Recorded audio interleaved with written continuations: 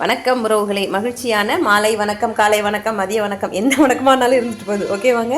நான் வந்து கொழக்கட்டை பண்ணுறது பற்றி ஏற்கனவே ஒரு தடவை வீடியோ அப்லோட் பண்ணியிருக்கேன். இது வந்து கூழ் கொழக்கட்டை, கழனி உருண்டை, ஒவ்வொரு ஏரியாவுக்கும் தகுந்தாப்பில் பேசுவாங்க, அந்தந்த வட்டார வழக்குப்படி சொல்லுவாங்க. ஸோ இதில் வந்து என்ன பண்ணணும்னா, முதல்ல பச்சரிசி மாவு இடியாப்பத்துக்கு எடுக்கிற மாதிரி எடுத்துகிட்டு அதில் உப்பு கலந்துட்டு என்ன செய்யுங்க, லைட்டாக ஹாட் வாட்டர் விட்டு மிக்ஸ் பண்ணிக்கோங்க. நான் அப்படி தான் இடியாப்பத்துக்கு விரவிக்கிறேன்.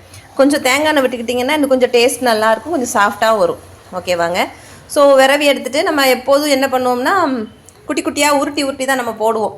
ஆனால் நான் என்ன பண்ண போகிறேன்னா, இன்றைக்கி கொஞ்சம் டிஃப்ரெண்ட்டாக இடியாப்ப உலக்கில் வச்சு அதை நம்ம சேமியா மாதிரி பிழிஞ்சு பண்ணி பார்க்கலான்னு ஒரு ஐடியா பார்ப்போம். அதனால் இன்றைக்கி டக்குன்னு பண்ணுறேன் அப்படிங்கிறனால வெள்ளை பாகெல்லாம் எடுத்து வைக்கல, கருப்பட்டி தான் போட்டு பண்ண போகிறேன். எப்படி வருதுன்னு பார்ப்போம் மக்களே. மாவு ரெடி பண்ணியாச்சு. என்னன்னு கேட்டிங்கன்னா, இது நம்ம போடுறதுக்கு வெந்நி வந்து நல்லா கொதிக்கணும். ஓகேவா. நல்ல இது நீங்கள் உருட்டி போடுறதா இருந்தாலும் உருட்டி இந்த அப்படியே நீங்கள் இப்படி உருட்டி போட்டாலும் என்ன ஆகும்னு கேட்டிங்கன்னா, கரையாது, அப்படியே தான் கிடக்கும். இல்லை இந்த பாருங்கள், நான் ஒரு உருண்டை போட்டு காட்டுறேன். ஓகேவா. இப்போ நம்ம என்ன செய்ய போகிறோம்னா, அதை பிழிஞ்சு எடுக்க போகிறோம். பிடிவோமா. இடியாப்ப உலக்கு இருக்குது பாருங்கள், இதில் வச்சு தான் நம்ம இப்போ பிழிய போகிறோம். ஓகே, க்ளோஸ் பண்ணி மக்களே, கூழ் கொழக்கட்டை தயாராகி விட்டது. ஆமாம், சக்ஸஸ் தாங்க. ஆனால் குட்டி குட்டியாக சேமியா மாதிரி வெந்துருச்சு. கொழக்கட்டையும் குட்டி குட்டியாக உருட்டி போட்டிருக்கேன், ரெண்டுமே பண்ணியிருக்கேன். ஓகேவா. இது வந்து வெல்லத்தில் பண்ணியிருக்கேன். இது நம்ம வந்து சீனி போட்டும் பண்ணலாம், சீனி போட்டு பண்ணி பால் சேர்த்து பண்ணலாம், பால் கொழக்கட்டையாக. அப்புறம் தேங்காய் பால் சேர்த்து வெல்லம் போட்டும் பண்ணலாம். இது நம்ம பண்ணுறது தாங்க. ஆமாம், கூழ் கொழுக்கட்டை தயார். இது நான் குழந்தைங்களுக்கு ஈவினிங் ஸ்நாக்காக பண்ணணும்னு சொல்லி பண்ணதுனால, நான் குழந்தைங்களுக்கு ஈவினிங் பண்ணணும் அப்படிங்கிறதுனால எந்த பிளானும் இல்லை, டக்கு டக்குன்னு பண்ணேன். இல்லைன்னா கொஞ்சம் தேங்காய் பால் எடுத்து ஊற்றினா இன்னும் நல்லாயிருக்கும். தேங்காய் துருவல் போட்டாலும் நல்லா டேஸ்ட்டாக இருக்கும். நீங்களும் கண்டிப்பாக ட்ரை பண்ணி பாருங்கள்.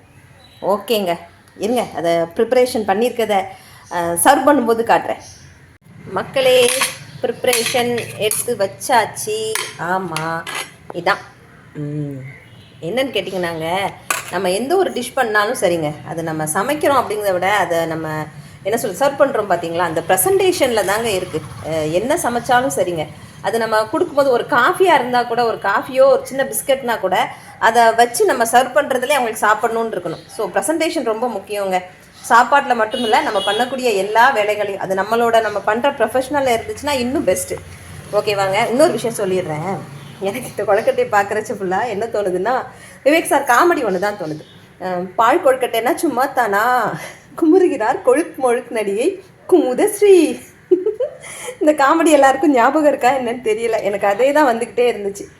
ஓகேங்க, வீடியோ பார்த்த எல்லாருக்கும் ரொம்ப ரொம்ப நன்றி. பார்க்க போகிறவங்களுக்கும் நன்றி. நம்ம சேனலை சப்ஸ்கிரைப் பண்ணுங்கள், லைக் பண்ணுங்கள், ஷேர் பண்ணுங்கள், கமெண்ட்ஸ் பண்ணுங்கள். இன்னும் எப்படி எப்படி வீடியோஸ் போடலான்னு சொல்லுங்கள். வேறு வழியே இல்லை, இதைத்தான் நான் மாற்றி மாற்றி எடுத்துகிட்டே இருக்க வேண்டியதாக இருக்குது. வாழ்க வளமுடன்.